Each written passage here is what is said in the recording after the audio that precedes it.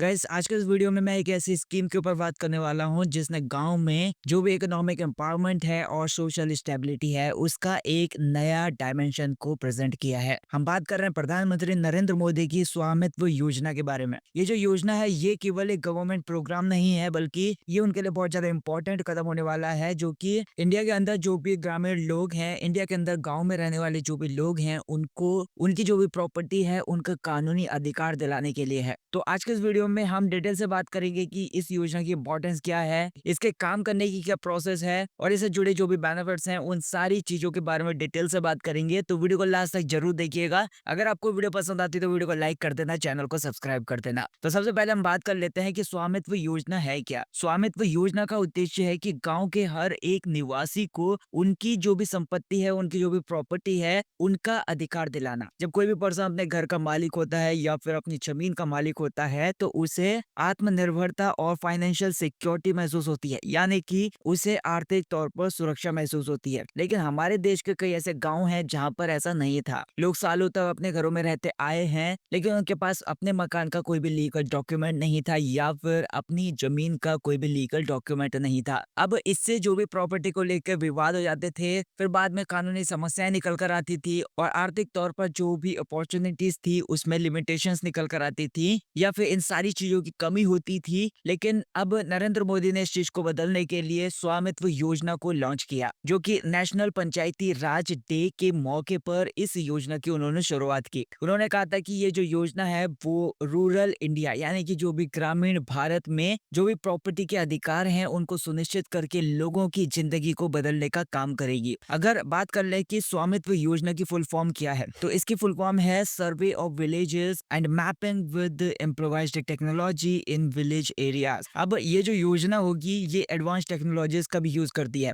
कैसे, मैं आपको बताता हूँ। इसमें मतलब ड्रोन टेक्नोलॉजी का भी यूज होता है। अब जो गांव की जमीनें हैं, गांव के जो घर हैं, उनका बिल्कुल एक्यूरेट मैप तैयार करने के लिए या फिर सटीक नक्शा तैयार करने के लिए ड्रोन का यूज होता है। इसमें GIS यानी कि जियोग्राफिकल इंफॉर्मेशन सिस्टम, यानी कि इससे जो गांव होते हैं उनकी डिजिटल मैपिंग भी होती है। CORS यानी कि कंटिन्यूअसली ऑपरेटिंग रेफरेंस सिस्टम। मतलब ये जो टेक्नोलॉजी है ये जमीन के, कोई भी जमीन हो सकती है, उसके जमीन के हर एक हिस्से को सटीकता से मापने में मदद करती है। इस योजना में सबसे पहले गांव में एक सर्वे किया जाता है। अब ये जो सर्वे किया जाता है ये कुछ स्टेजेस में पूरा होता है, जैसे कि जो कि स्टेट गवर्नमेंट होती है और सर्वे ऑफ इंडिया का जो भी डिपार्टमेंट होता है उनके बीच में समझौता होता है। यानी कि जो भी सर्वे की प्रोसेस शुरू होती है तो वो जो गवर्नमेंट होती है और सर्वे ऑफ इंडिया होता है, यानी कि ये जो डिपार्टमेंट होता है, इन दोनों के बीच में जो भी अग्रीमेंट होता है इसकी शुरुआत से होता है, या फिर इनके बीच में पहले समझौता होता है तो इससे शुरुआत होती है। गांव को सर्वे के लिए चुना जाता है और लोगों को इसके बारे में जागरूक किया जाता है। फिर ड्रोन के माध्यम से जो भी गांव के रेसिडेंशियल एरियाज है जहाँ पर लोग रहते हैं उनका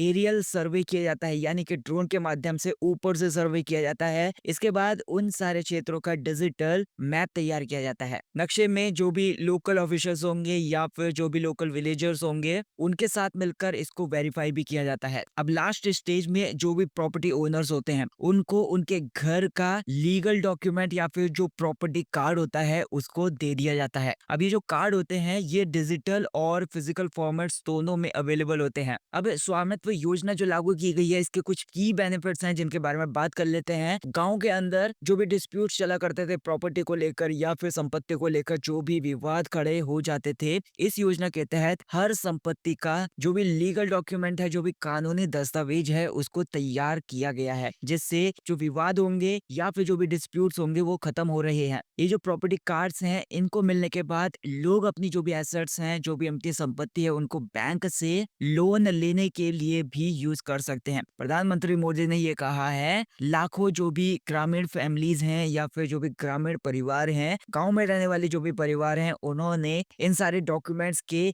आधार पर छोटे बिजनेसेस भी शुरू कर दिए हैं। जो भी प्रॉपर्टी टैक्सेस होते हैं उनके माध्यम से ग्राम पंचायत को सीधा रेवेन्यू मिलता है। अब ये जो पैसा होता है वो गांव के डेवलपमेंट में या फिर गांव के विकास में लगाया जाता है। अब गांव में जो नक्शे होते हैं, गांव में जो भी मैप्स होते हैं वो डिजिटल रूप में अवेलेबल होते हैं। इससे जो भी प्लानिंग होती है या फिर जो भी योजना का निर्माण होता है वो बहुत ज्यादा आसान हो गया है। टैक्स कलेक्शन बहुत ज्यादा आसान हो गया है। कंस्ट्रक्शन के लिए जो भी परमिट तैयार किए जाते थे या फिर जो भी अनुमति दी जाती थी वो बहुत ज्यादा आसान हो गया है। अब अब इस योजना के तहत जो भी प्रॉपर्टी कार्ड मिलते हैं, उसमें महिलाओं का जो नाम है प्रायोरिटी के साथ जोड़ा जा रहा है। यानी कि महिलाओं को पहली प्रायोरिटी दी जा रही है। इसमें महिलाएं भी घर और जमीन की को-ओनर्स होंगी, यानी कि घर और जमीन की साथ-साथ मालिक भी बनी रहेंगी। अब इस स्कीम की जो प्रोग्रेस है उसके बारे में बात कर लेते हैं। प्रधानमंत्री ने हाल ही में ये बताया कि 3,17,000 जो भी गाँव हैं, उनका सर्वे पूरा हो चुका है। इस योजना ने पुडुचेरी, त्रिपुरा, गोवा, हरियाणा और उत्तराखंड जैसे राज्यों में फुल सक्सेस अचीव कर ली है। इसका लक्ष्य है कि जो भी फाइनेंशियल ईयर है 2023 और 2024 तक सारे के सारे 6,62,000 जो भी गाँव हैं, उनको इस योजना के तहत कवर किया जाए। अब इस स्कीम से जुड़े हुए कुछ हिडन फैक्ट्स हैं, उनके बारे में बात कर लेते हैं। For the first time drones are being used, मतलब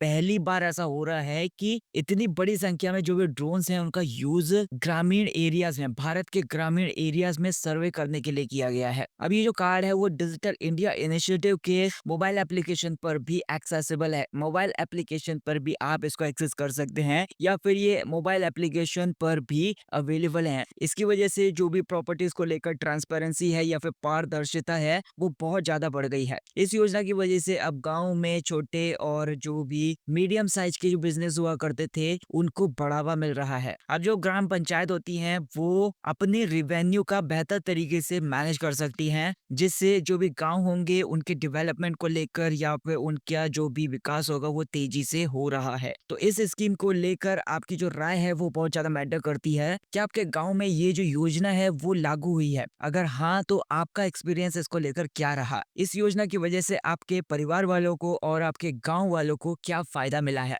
जो कुछ भी राय है आपको इस चीज को लेकर मुझे कमेंट सेक्शन में जरूर बताइएगा। अगर आपको वीडियो पसंद आए तो वीडियो को लाइक कर देना, चैनल को सब्सक्राइब कर देना। Thank you so much for watching this video.